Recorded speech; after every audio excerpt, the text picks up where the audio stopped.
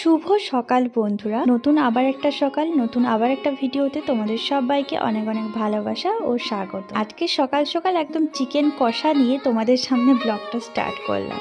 Actually আজকে হচ্ছে Sunday, আর আজকে আমি অনেক তাড়াতাড়ি রান্নাঘরে চলে এসেছি রান্নাবান্না করার জন্য। তার একটা বিশেষ কারণও আছে। বিশেষ কারণ মানে এটা নয় যে বাড়িতে কেউ আসছে, বিশেষ কারণ হচ্ছে আমার কিছু পার্সোনাল কাজ আছে। সানডে মানেই তো বোঝো কাজের পাহাড়, খাওয়া দাওয়া, রান্না বান্না, সংসারের কাজকর্ম, গোছগাছ, এই সব কিছু। তারপরে তো বাইরের অনেক কিছু কাজকর্ম থাকে, পার্সোনাল কিছু কাজকর্ম থাকে, সব মিলিয়ে মোটামুটি ব্যস্ততার মধ্যে সারা দিনটা আমার কাটে। সারা সপ্তাহটাও তো একটা শিডিউলের মধ্যে থাকে, কিন্তু সানডেতে কোনো শিডিউল থাকে না। সানডেতে যত পারো কাজ করে যাও, এটাই হচ্ছে ব্যাপার। আর জানো তো বন্ধুরা, এখানে সানডেতে প্রচুর ভিড় হয় চিকেনের দোকানে, তাই আমি স্যাটারডেতে চিকেনটা রাত্রেবেলা আনিয়ে ফ্রিজে রেখে দিই।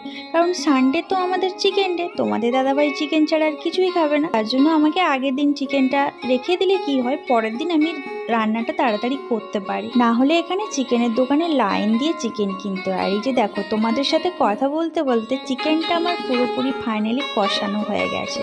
তো আমি আজকে কষা কষাই রাখবো, খুব একটা ঝোল করব না। আর এই যে দেখো, এদিকে আমি বেগুন ভাজাটাও বসিয়ে দিয়েছি, বেগুনটা অলরেডি ভাজা হয়ে এসছে। আর এখানে আমি কড়াইতে তেল দিয়েছি, ডাল আমার সেদ্ধ করা হয়ে গেছে। আর এটা হচ্ছে চিকেনের ফাইনাল লুক। এখানে কুমড়ো কেটে রেখেছি, নুন হলুদ মাখিয়ে ভাজা করব। আর এই যে বেগুনি বানাবো, তার জন্য বেগুনও কেটে নিয়েছি, আর এখানে বেসনটাকে ফাটিয়েও নিয়েছি। আমি ভাবলাম যে তেলটা মনে হয় গরম হয়ে গেছে, তার জন্য আমি বেগুনিটা দিয়ে দিয়েছি, কিন্তু দেখলাম যে তেলটা খুব ভালোভাবে গরম হয়নি। কি আর করা যাবে, দিয়ে যখন দিয়েছি আর তো কিছু করার নেই। তো এবারে দেখতে পাচ্ছ তেলটা কত সুন্দর গরম হয়েছে, আর বেগুনিগুলো অনেক বড় বড় হয়ে গেছে। আমার কড়াটা তো ছোট।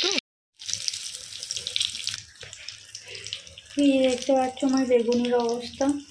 এই যে লাস্টে এই যে ছোটোটা, এটা বেগুনটা অতিরিক্ত পাতলা হয়ে গেছিলো, তাই নরম হয়েছিল, তাই আমি এভাবে দু ফোল্ড করে গোল করে দিয়ে দিয়েছি বেসনের সাথে গুলে। পুরো দেখতেছি পকোড়ার মতো মনে হচ্ছে না? বাকি এই যে এখানে তিনটে। তো এই যে দেখতে পাচ্ছ আমাদের বেগুনি আর এই যে মুড়ি নেওয়া হয়ে গেছে। এটা হচ্ছে আমার, আর এটা হচ্ছে তোমাদের দাদাভাইয়ের। তো এখন আমরা ব্রেকফাস্টটা করে নেব, তারপরে বাকি যা কাজকর্ম আছে সেগুলো করব। তো good morning everyone, welcome back to my channel. আমি পূজা, আশা করি তোমরা সবাই খুব ভালো আছো, সুস্থ আছো, আর আমিও অনেক ভালো আছি। তো রান্নাঘরে তো আছি, বুঝতে পেরেছো। এই যে এখন ব্রেকফাস্ট বানিয়েছি। ব্রেকফাস্টে আজকে মুড়ি খাচ্ছি আমরা, আর বেগুনি খাচ্ছি, গরম গরম বেগুনি আর মুড়ি।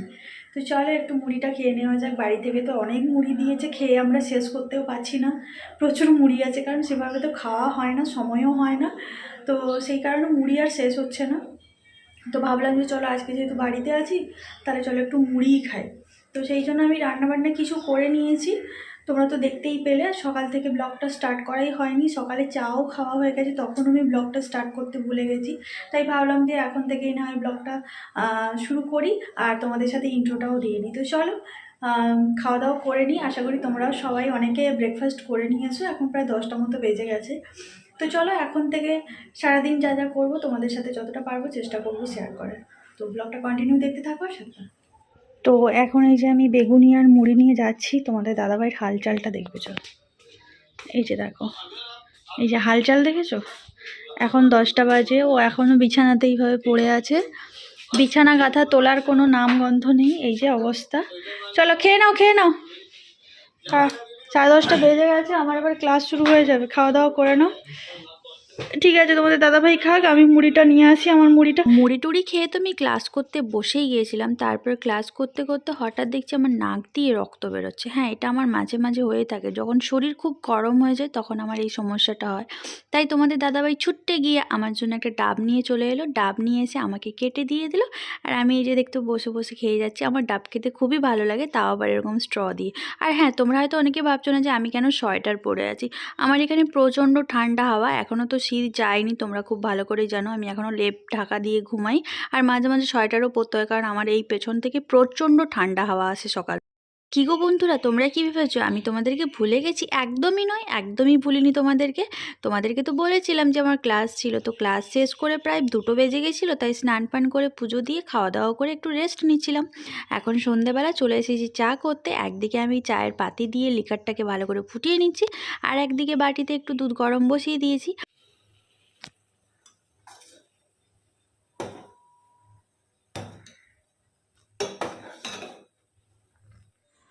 এই যে দেখো, চা আমার ঢালা হয়ে গেছে। তো চলো এবারে চলে যাই তোমাদের দাদাভাইয়ের কাছে টুং করে চাটা নিয়ে।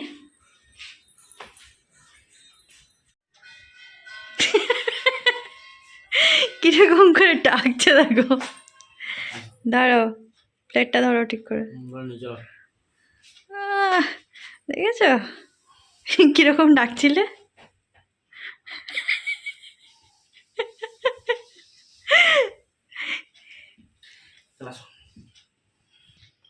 তো এই যে আমাদের চা চলে এসছে আর বিস্কিট। আমার বরের মুখটা বলা কিছুই জানে না। তুমি আর বলো না, তুমি হচ্ছে শেয়ানা ভোলা, বুঝলে? শেয়ানা চালাক যাকে বলে। গুড ইভিনিং বন্ধুরা। এটা কি, এটা কখন পরিয়ে দিলে? তখন খুলেছিল, বলছিল পড়াও। কখন, আমি তখন কি করছিলাম, এটা কখন পরিয়ে দিয়েছি আমি জানি না। খোলো।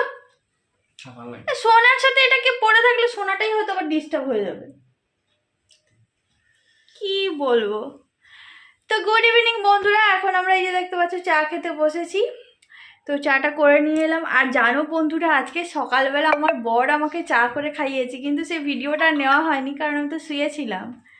আমার একটু শরীরটা খারাপ লাগছিল সকালে, তো আমার বর আজকে চলে গেছিলো চা বানাতে আমার জন্য। চা করে খাইয়েছিল, খুব ভালো চা করে। কিন্তু ওই যে যেদিন কপাল ভালো থাকবে সেদিন জুটবে, না হলে জুটবে না। কিন্তু যেদিন করে আমি কোনোদিনই ভিডিও করতে পারি না।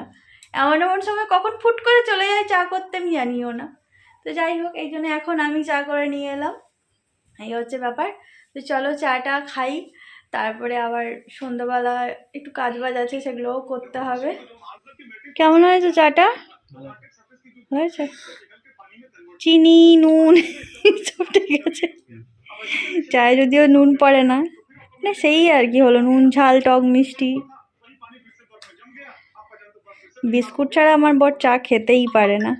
তো যাই হোক, যেগুলো চলছে সেগুলো তোমরা ইগনোর করো, কারণ আমার বর হচ্ছে ফোন লাভার। ফোন ছাড়া, বউ ছাড়া থাকতে পারে কিন্তু ফোন ছাড়া থাকতে পারে না। তো ভাগ্যিস এখন গান ফান চালায়নি, নাহলে আমার কপিরাইট ক্লেম খেয়ে যেত। ঠিক আছে চলো, এখন আমি চাটা খাই, নাহলে কখন দেখা যাবে যে নিজের কাপ শেষ হয়ে আমার কাপটা আবার ধরে নিয়েছে মোবাইল দেখতে দেখতে। এটা হয়েই থাকে, মানে মোবাইলের এমন নেশা থাকে, কিছু কিছু মানুষের মোবাইল দেখতে দেখতে নিজেরটা শেষ হয়ে অন্যটাও খেয়ে নেয়। সকালটা এখানটায় মানে এসছিল, সেখান থেকে ফেরিওয়ালাগুলো যে এসেছিলো সেখান থেকে আমি এই ব্যাগটা নিয়েছি, বালতি ব্যাগটা। বাড়ি টাড়ি যাওয়ার সময় আমার গোপুসোনাদেরকে এর মধ্যে নিয়ে আমি যাব, নাহলে কি ব্যাগের মধ্যে রাখতে হয় তো খুব প্রবলেম হয়। এটাও নিয়েছি, এর সাথে 4টে সেট আছে কন্টেনারগুলো। এটাও বাড়ি নিয়ে যাব, ফ্রিজে মা জিনিসপত্র রাখবে তার জন্য। এটা 100 টাকা নিয়েছে, এটা 30 টাকা নিয়েছে, আর এই র্যাকটাও নিয়েছি, এটাও বাড়িতে নিয়ে যাব আমি। এটাও 30 টাকা নিয়েছে। আর এই যে 2টো খুন্তি নিয়েছি রুটি ভাজার, সেটা হচ্ছে একটা মায়ের আর একটা ঠাকুরের। আর এগুলো আমি দোকান থেকে কিনে নিয়েছি, একটা টিফিন কৌটো, 2টো অয়েল ব্রাশ বাড়ির জন্য। আর এটা একটা দাদুর হচ্ছে সেই চন্দন পিঁড়ি, চন্দন ঘষার জন্য। আর দাদুর একটা এই যে মাংকি ক্যাপ, তাই না, এখানে কাঁচের কাপ আছে, দাঁড়াও তোমাদেরকে খুলে একবার দেখাই। তো এই যে দেখতে পাচ্ছ এখানটায় 6টা কাপ আছে, কাঁচের কাপ। তো এই যে আমি এই রকম টাইপের 3টে নিয়েছি। অ্যাকচুয়ালি আমাদের বাড়িতে খুব কম চাই খায় সবাই, তাই বড় বড় কাপগুলো মানে খুব বাজে লাগে, চা ঢালার পরে সেই তলাতেই পড়ে থাকে। তার জন্য ভাবলাম চলো এবারে কাঁচের কাপেই সবাই চা খাবে, তো সেই জন্য 6টা। আর এই টাইপটা নিয়েছি 3টে, আর এই টাইপটা 3টে। তো এই টাইপের না কাঁচটা একটু বেশি স্বচ্ছ মনে হচ্ছে না, হয়তো ইউজ করতে করতে হয়ে যাবে, যাই হোক। তো সেই জন্য আমি বললাম না, তাহলে আমাকে এই টাইপগুলো 3টে দাও, এই টাইপগুলো 3টে দাও, মিলিয়ে মিশিয়ে নেব। তো সেই জন্যই যে নিয়েছি। কেমন হয়েছে তোমরা অবশ্যই কমেন্ট করে জানাবে, আর যখন চা খাবো তোমরা তো অবশ্যই দেখতে পাবে।